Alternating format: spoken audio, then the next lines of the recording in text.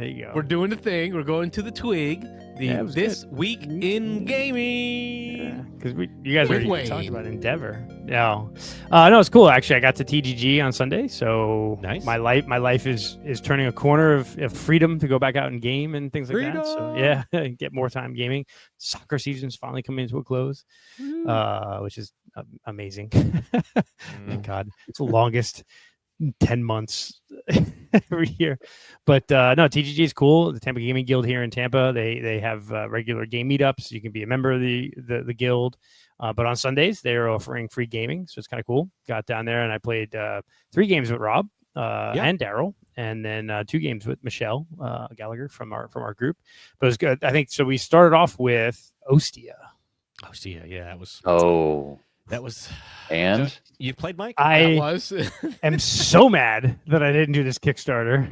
I haven't even played it, and I'm mad I didn't do the Kickstarter. Oh my God, it's really good. So, spoiler for the end of the month. It's gonna be pretty high. It's gonna make the list. Yeah. It's gonna make the list. It's good. Carlos will love it. Oh man, Rondel. it is. I'm trying to pull it up on Board Game Geek It's going. right now. It's going retail in the U.S. though pretty soon. Yeah. That's what I heard. It's like Concordia. What's the other game in the Middle Ages that Carlos That will loves be that has- done. Crusaders. No, How do you Crusaders. spell it? Yeah, it's Concordia and Crusaders. Ostia. How do you spell Ostia? Ostia. OSTIA. The other thing I was thinking though too is it's also a little bit of the I got a little feel of the other Roman game that Carlos loves. Where This is 2022. Yes. Overseas, I believe. I think it came to the U.S. It's either limited in the U.S. or it came to the U.S. later. Yeah, it was released. Yep, that's it. That's the one. Okay. Yeah, it is. So yeah, it is. The gameplay is very much Concordia and Crusaders. I will be done. Mm-hmm. That sounds like a. Oh, it's good. Sounds like a beautiful love child. You can see almost an 8.0 rating there on the BGG. I don't even know how it's not an 8.0 higher. It's freaking. Well, 7.9 is pretty dang high, but yeah. That is. You have a rondel on your sideboard, and you have these kind of ships that you're moving around the rondel. What's interesting is when you pick up the ships from the rondel, you gain the resources of that location. So like there's like a wood location, a stone location, a wheat location, a money location. Money, yeah. And then as you're dropping money, as you're dropping it down, where you end up, you take that action. So each spot has a resource and an action. You're collecting the resources when you pick up, and the number of resources is the number of cubes or ships, whatever you're picking up. From it, yeah. And then where you end up, where you place the last one as you go around the rondel, is the actual action you take on that turn. Yeah. And yeah, so then you're kind of like Finca. It's where you land. Where you land is your action. Where you pick up from is where your resources. Is your resources you get. Yeah. And you store the resources. In Kind of like Finca, because Finca had this thing where you come from and where you end up, the two together decide. Yes. Yeah. I like that. Was mind melt. It was very, very and how you sequence that and how you work that out, you can really trigger, chain some actions together, and then you're trying to build ships to go out from Ostia, which is the port city of Rome, and go explore the Mediterranean and the world and whatever, and you're gaining resources as you go. And there is some like Concordia-like scoring where, depending on how far you go on the various sail tracks and other things, you get some multipliers. It was so good. It was really good. It was like I played it, and I like after like Daryl gave us a teach, and we played like a round, and after that round, and I'm like, okay, I've got my strategy. I'm gonna. This is my strategy, and I just honed in. Me typically first game I play, I home in on one strategy. And I just hammered it. And then I'm like, after like the first full turn after the teach, I'm like, God, I really wish I backed this. And Daryl commented, he's like, yeah, me too. I didn't back it. And I played it like a month or two ago. And you could go and late pledge on another campaign from the company. And as part of the late pledge, you could buy the game. And so that's how some people have been getting it, although I think that you can't do that anymore. I didn't get a chance to look into it, but yeah, really cool game. It was very, there's the rondel there. Super cool. And you have like these tracks you're uncovering on the right there, where as you're building, as you're hitting locations, you can put down your little round token to then get additional abilities, or placing them on end game scoring bonus points, and you're building more ships. And yeah, it's. Is this high player interaction? Or Um, are you kind of doing your own thing It's for really most a of the game? You're kind of doing your own racing thing, but some there is a tracks. race. So, like, if someone beats you down, like, so you can see there on the left, you're in Ostia, and you work out from there. And there's 4 tracks you can go on as you basically your ships spreading out through the Mediterranean and Asia and stuff like that. If someone beats you down the track, they're collecting a bunch of the bonus chips on their way. Okay. I see the Mediterranean now. It took a little bit. Took a little bit. Yeah, squinting my eyes, but now I see it. A little crooked. But then, Carlos, what you want to do is zoom in on the right side of that board, because that's where the multipliers go. This is the Concordia-esque scoring you'll see. Is you have this kind of like glory track on the left.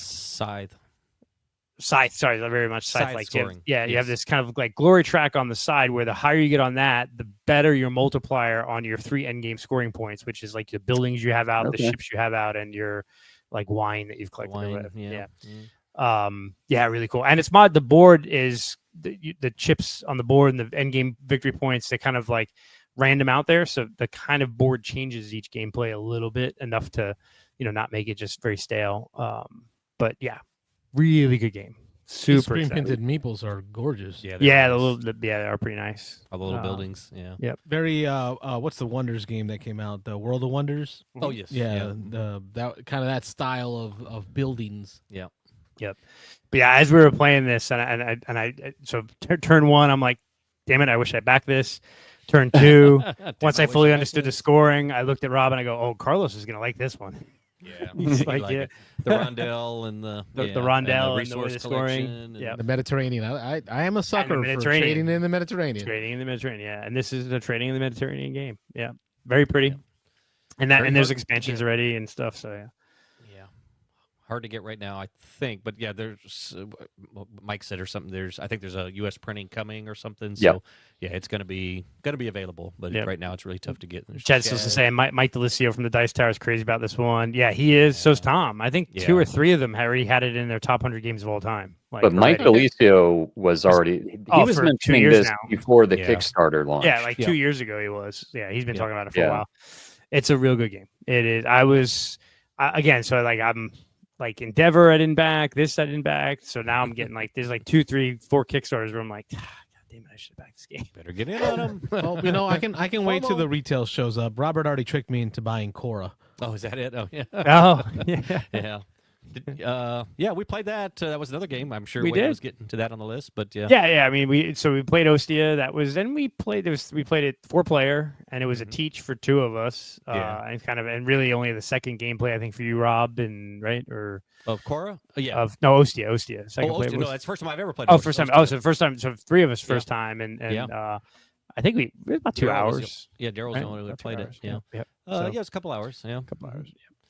And then we played Kora right after that, which was I don't think it does Kora justice to play this game and then play Kora. Like it was. Oh yeah, well, yeah. It felt like a big step down, but not even. I wouldn't even say step down. I really enjoyed Kora. It was a great gameplay, but it's like the brain was still going for a while on Ostia.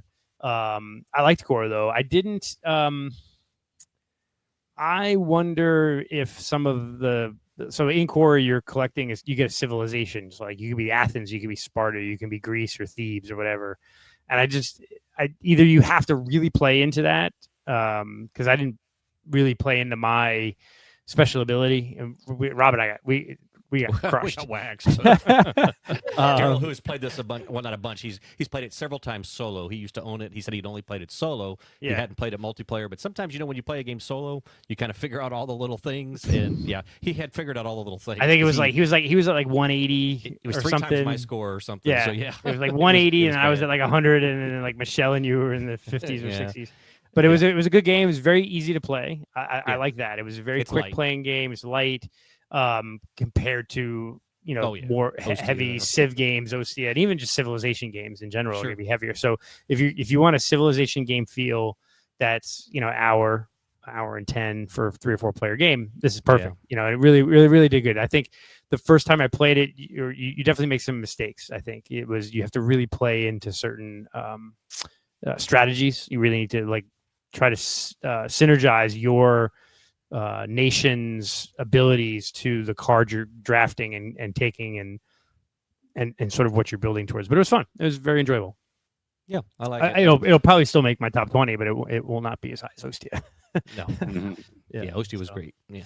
And then the last game I got to play before I had to leave, I had to leave earlier than other folks, is I got Point City, which was very interesting. I liked that. Yeah, it was cool. I liked it. It was not overly more complex than Point Salad, but added some uniqueness to it. I like the idea of you have the grid out there that's more than just, it was more than Point Salad, because Point Salad is just what, 3x3 grid. So this was a 4x4. Is it 4x4 or 5x5? 4x4 or 5x5. Yeah, and the idea of you can't take two of the same. You know, if you have to take a building, you have to take a city building and a resource side by side, or you can take two resources, and then if a whole row is one thing or another, you can flip them. And there's it was some good back and forth, because there was in the game we had the leaf earth whatever resource wasn't coming out very often, and we were all looking for it. So like the moment one comes out, or the moment you flip it over, you go, oh great, that's not making it back to me. But it was good. It was a fun game. I enjoyed it, actually. I think not enough to go buy a copy, but it was definitely I'd play this anytime as a nice easy filler, because I was like, hey, we got about a half hour before I gotta leave, and they were like, oh, we could do this in a half hour, and the four of us did, so it went pretty quick. Carlos, Mike, you all played this one? Yeah. Not yet. I have not. Okay, real similar to Point Salad. It's a little more complex, but yeah, it's fun. Like a hair more complex. Yeah. You got a wild card in there that you can use as a wild resource that comes up through the deck, and the second half of the deck, everything takes a step up. So like all of the resources become worth 2, the buildings become more expensive to buy.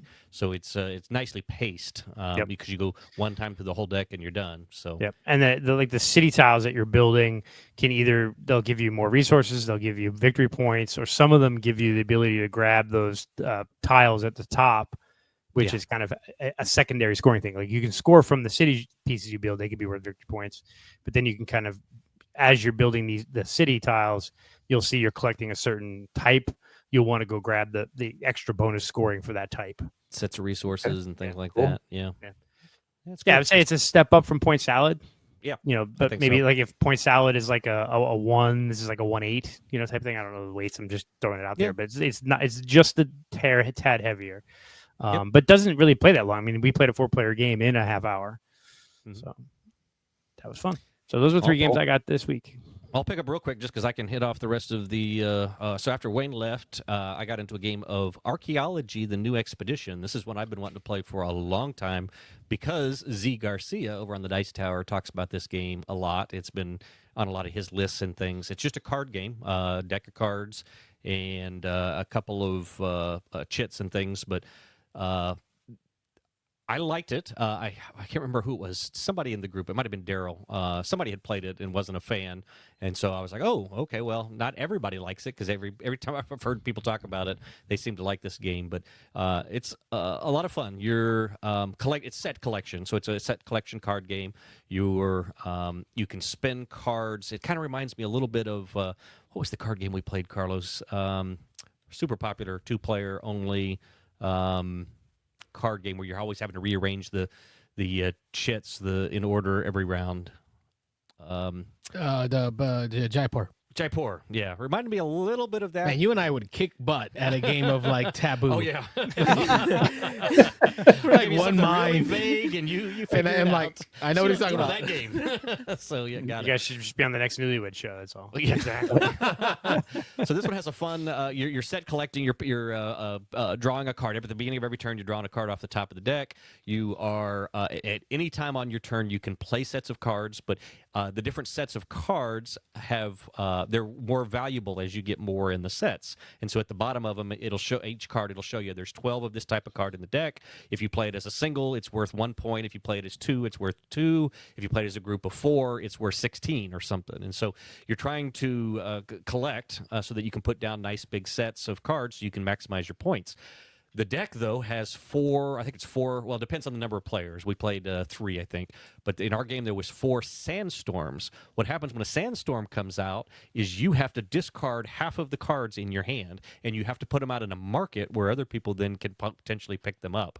And so you're playing this little press your luck game, hoping that the sandstorms don't come out. And when the sandstorm comes out, if whoever draws it, everybody has to discard down half of their deck, and so or half of their hand, and so you're playing this little thing about, do I play this group now just to get it out of my hand for for the 4 points, or do I try to get one more because then it jumps up to like 12 points? And I like this already. But then sandstorm comes, and then you gotta decide what to get rid of, and then when things are out on the market, you can trade cards out of your hand with the market. So if I have a 5-point card in my hand, they all have little numbers, I think 1 to 5 or 1 to 6 in the corner, and they go up as they become more rare, but you can on your turns, like a free action, after you draw a card off the top, you can look at it, and then you can play any number of cards from your hand into the market and then take the same total number back out. So if I'm looking for, there's a 5-point card out there and I have 2 1s and a 3 in my hand, then I can discard or play to the market the 2 1s and the 3,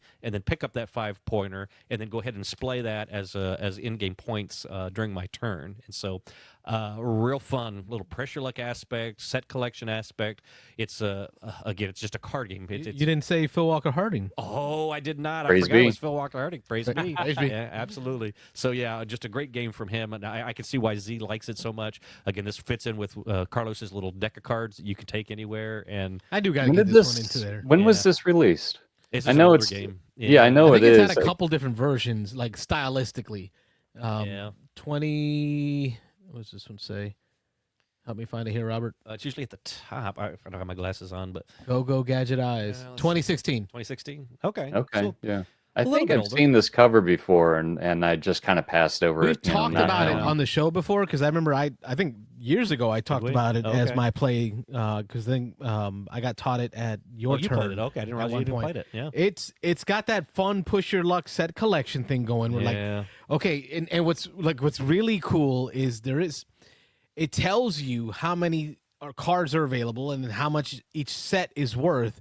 So it's like right in your face. Like if you just hang on a little longer, Carlos, you can get that extra card. It's going to be worth way more points. Sandstorm.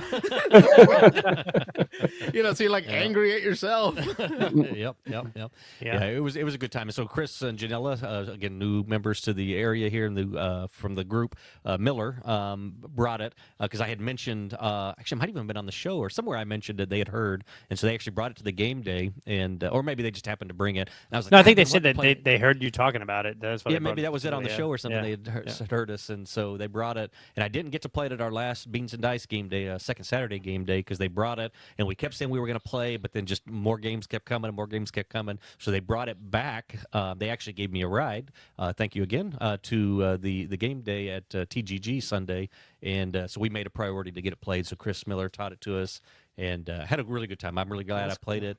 And definitely a game that I would look to pick up. So yeah, it's good. I want to give this one. That sounds fun. I like it. Yep. That's because I didn't it's the whole realize that it played push 2 your to luck thing. 5. That's a good range. Yeah, 2 to 5 players. Yeah. That push your luck mechanism is always fun because it's like you're trying to get that one extra card to get a bigger set, and then boom, sandstorm. Yep. Something happens and it screws you up. So. And the last thing I played that night was before I left was Endeavor Deep Sea. That was my first play of that, so I got that played and got that in. Chris Miller taught that as well, and so I appreciate him bringing their deluxe copy and getting the chance to play that. And it was good again being able to contrast now coming and playing this copy here and seeing that they really are really similar. So like I say, Wayne, I'd really be interested to know what the price difference is between the two. I would assume it's not much because there's not a whole lot of difference. So.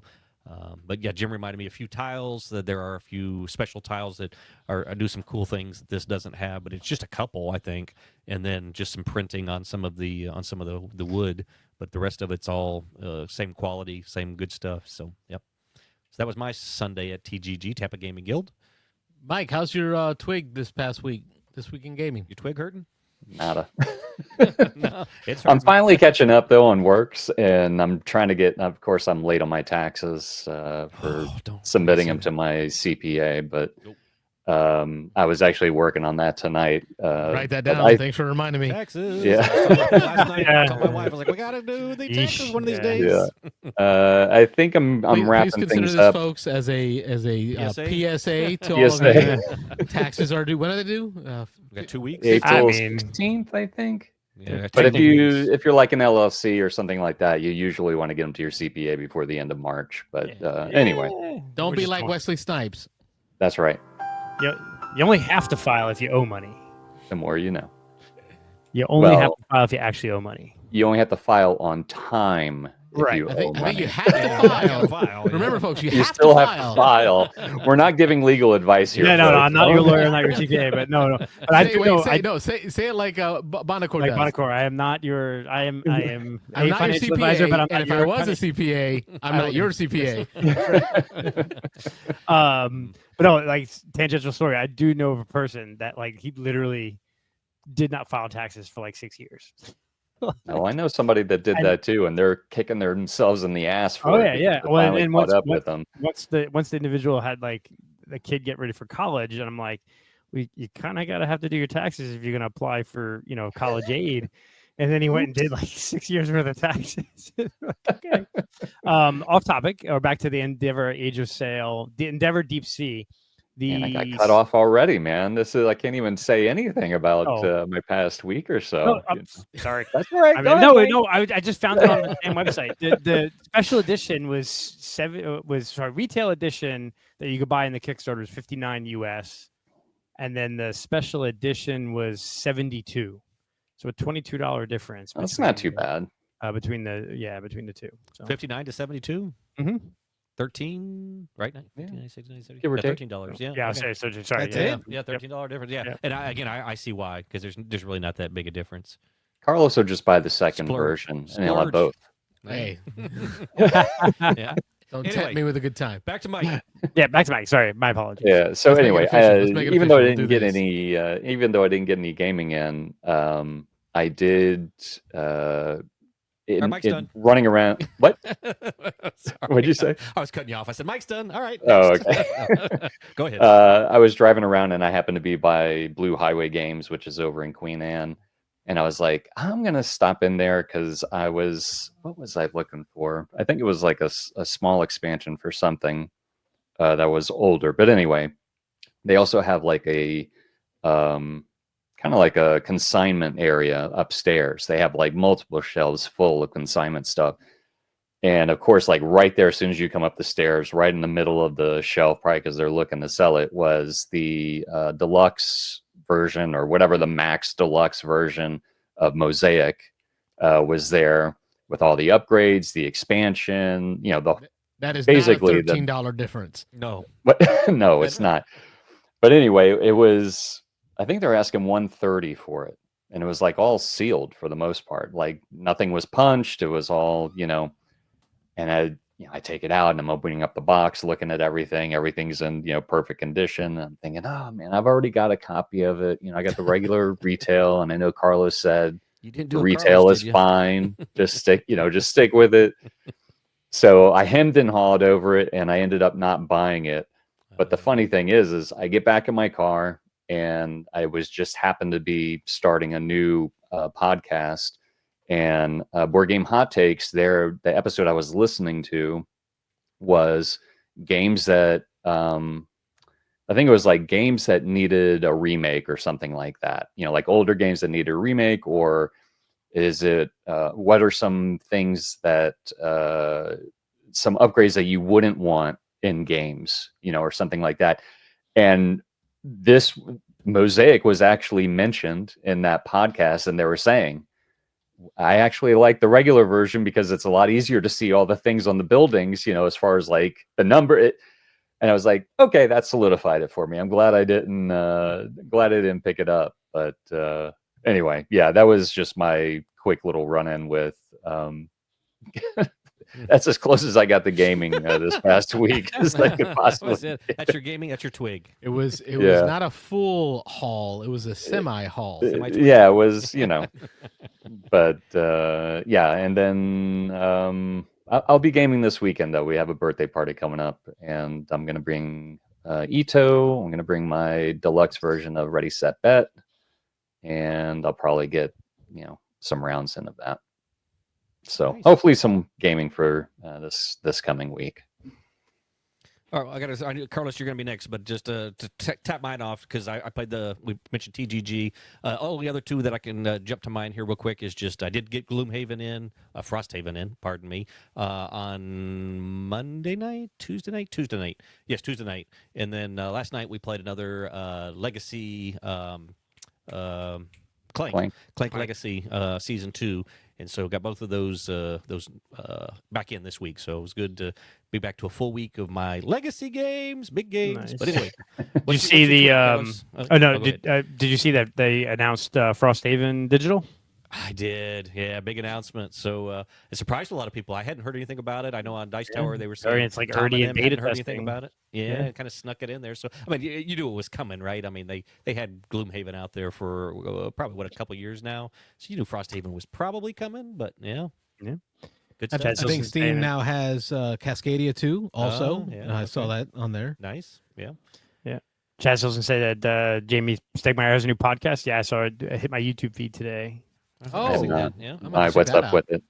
It's him and another guy, and actually it's the other guy. The other guy, I guess, has a radio show, and he knows Jamie, and they're doing just kind of like a banter thing, like talk about. I half listened to the first half of it before the show tonight. I'll probably listen to it again tomorrow just to actually see what it's about. But it was interesting, yeah. Okay. And he's sponsoring an athlete. Stonemeyer Games is. Oh, I saw that. Oh, really? Yeah, they're sponsoring a disc golf athlete. Disc golfer. Oh, cool. Professional disc golfer. Professional disc golf player, which, jeez. Yeah, whatever. Yeah, this guy probably makes more than all of us. He plays disc golf for a living. But he's got he wears like Stonemeyer shirts now when he plays disc golf. Oh, very cool. Yeah. So, speaking of new videos, Carlos, did you see the new top 10 on Dice Tower? I was watching on the way here today. Games to travel with. I've been working so hard. Top 10 games to travel with. Yeah, that's right up my alley. Released it today. That's going on my to-watch list. Yeah, it was pretty good. It was good. Yep.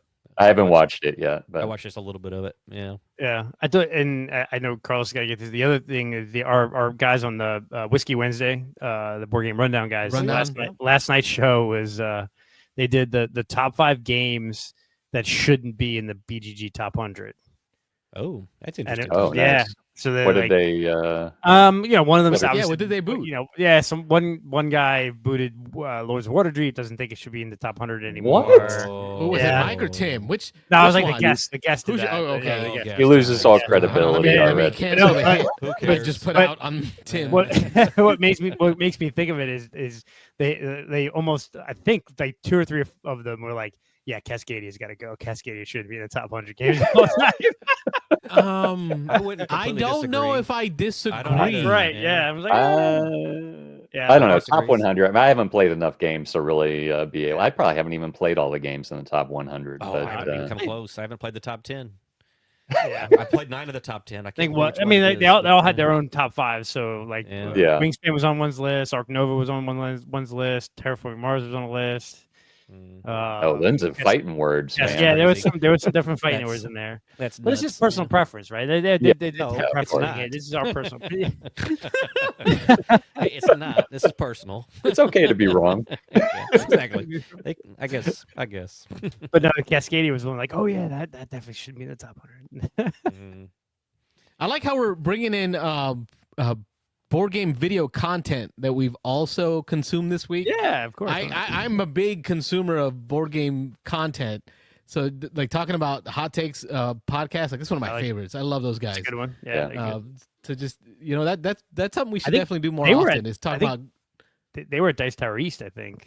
At one point, they had talked about I think pre-COVID or West, maybe West. A couple of the podcasts were at West, saying they were looking for people. Like if you're a fan of the show, find us at Dice Tower West.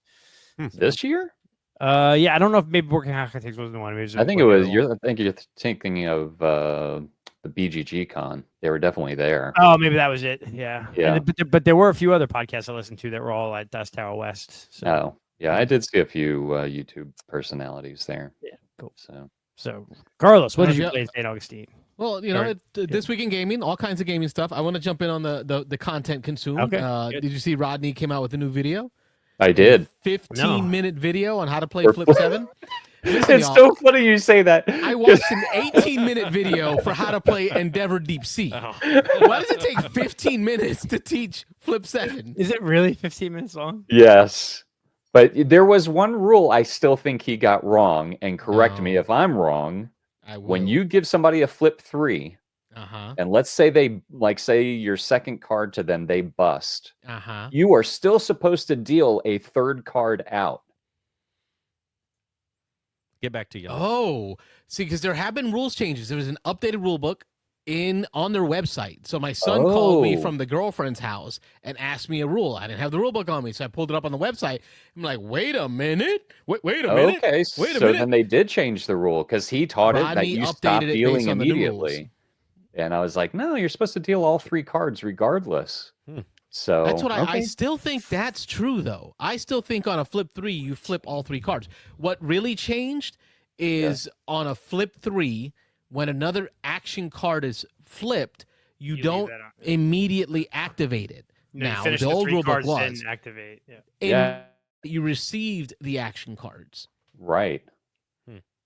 Interesting. All right, so let's see here. Go ahead. You guys keep talking. Yeah, you researched that on their updated rule book because they have an FAQ online now, and they have an updated downloadable rule book. 7? Really? Who cares? Who cares? They didn't put it on. Just play the freaking game. Who cares? 4, and I'm looking for a new copy of Flip 7 to add to the 6 that I have now. Because I want the updated rule book. Oh, okay. I now want the updated rule book.